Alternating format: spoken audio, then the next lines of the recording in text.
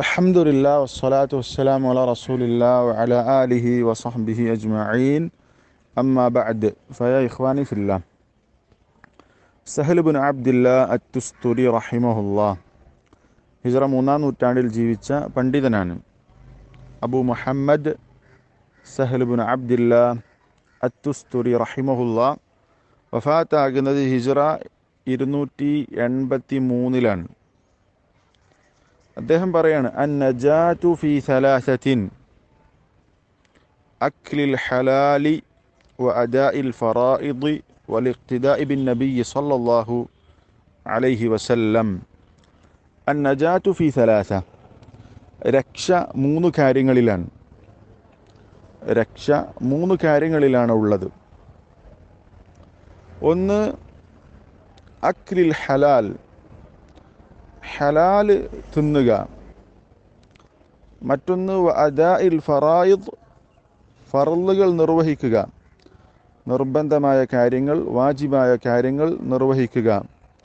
വലിഖ്തിദാഇ bin നബിയ്യി സല്ലല്ലാഹു അലൈഹി വസല്ലം, നബി സല്ലല്ലാഹു അലൈഹി വസല്ലമയെ അനുധാവനം ചെയ്യുക, പിന്തുടരുക. ഈ മൂന്ന് കാര്യങ്ങളിലാണ് രക്ഷയുള്ളത് എന്നാണ് അദ്ദേഹം പറഞ്ഞിട്ടുള്ളത്. ഒന്ന്, ഹലാലായ സമ്പാദ്യം, തിന്നുന്നത് ഹലാലായിരിക്കണം. ഏറ്റവും പ്രധാനപ്പെട്ട ഒരു കാര്യമാണത്. ഹറാം ഭക്ഷിച്ച ഒരാളെ സംബന്ധിച്ചിടത്തോളം നാളെ പരലോകത്ത് രക്ഷപ്പെടുക സാധ്യമല്ല, പ്രയാസമായിരിക്കും. കാരണം നബി സല്ലല്ലാഹു അലൈഹി വസല്ലം പറഞ്ഞിട്ടുണ്ട്, കുല്ലു ലഹ്മിൻ നബത മിൻ സുഹ്തിൻ ഫന്നാറു ഔലാ ബിഹി. ഹറാം തിന്ന് വളർന്ന ശരീരത്തിന്, മാംസത്തിന് ഏറ്റവും യോജിച്ചത് നരകാണെന്ന് പറഞ്ഞിട്ടുണ്ട്. അപ്പോൾ നാളെ പരലോകത്ത് രക്ഷപ്പെടാൻ പ്രയാസമായിരിക്കും ഹറാം തിന്ന് ജീവിച്ച ആളുകൾക്ക്.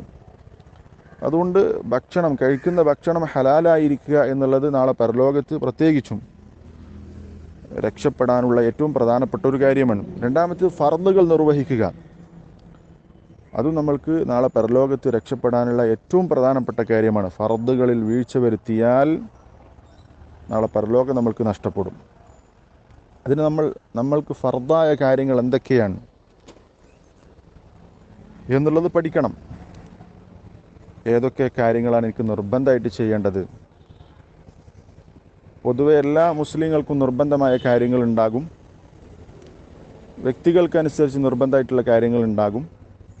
അപ്പോൾ എനിക്ക് നിർബന്ധമായ കാര്യങ്ങൾ എന്തൊക്കെ എന്നുള്ളത് നമ്മൾ പഠിക്കണം. മൊത്തത്തിൽ മുസ്ലിമിന് നിർബന്ധമായിട്ടുള്ള കാര്യങ്ങൾ, എല്ലാ മുസ്ലിമിനും നിർബന്ധമായിട്ടുള്ള കാര്യങ്ങൾ പഠിക്കണം.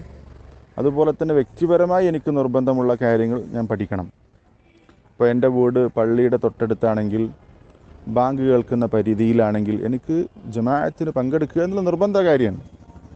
അതുപോലെ തന്നെ എനിക്ക് സമ്പത്തുണ്ടെങ്കിൽ ഞാൻ സക്കാത്ത് കൊടുക്കാൻ നിർബന്ധമുള്ള കാര്യമാണ്. അങ്ങനെ നിർബന്ധങ്ങൾ നിർവഹിക്കുക. അതിന് ഏതൊക്കെ കാര്യങ്ങളാണ് ഇസ്ലാം നിർബന്ധമാക്കിയിട്ടുള്ളതെന്ന് പഠിക്കണം. അതുപോലെ തന്നെ മൂന്നാമത്, നബി സല്ലല്ലാഹു അലൈഹി വസല്ലമയെ പിന്തുടരുക എന്നുള്ളതാണ്. റസൂലിനെ പിന്തുടരുന്നതിലാണ് രക്ഷയുള്ളത്. നബി സല്ലല്ലാഹു അലൈഹി വസല്ലം തന്നെ പറഞ്ഞില്ലേ, കുല്ലു ഉമ്മത്തി യദ്ഖുലൂനൽ ജന്ന ഇല്ലാ മൻ അബ. എല്ലാവരും സ്വർഗത്തിൽ പ്രവേശിക്കും, വിസമ്മതിച്ചവർ ഒഴികെ. ആരാണ് വിസമ്മതിച്ചവർ? നബി സല്ലല്ലാഹു അലൈഹി വസല്ലം തന്നെ പറഞ്ഞിട്ടുണ്ട്, എന്നെ അനുസരിച്ചവൻ അവൻ സ്വർഗത്തിൽ പ്രവേശിക്കും, എന്നെ ധിക്കരിച്ചവൻ അവൻ വിസമ്മതിച്ചവനാണ് എന്നാണ് പറഞ്ഞിട്ടുള്ളത്. നബി സല്ലല്ലാഹു അലൈഹി വസല്ലമയെ ജീവിതത്തിൻ്റെ എല്ലാ മേഖലകളിലും പിന്തുടരുക എന്നുള്ളത് രക്ഷയുടെ മാർഗമാണ്. ഈ മൂന്ന് കാര്യങ്ങൾ നമ്മൾ പ്രത്യേകം ശ്രദ്ധിക്കണം. സഹൽ ഇബ്നു അബ്ദില്ലാ അത്തുസ്തുരി റഹിമഹുല്ലാഹ് പറഞ്ഞിട്ടുള്ള വാചകമാണ്.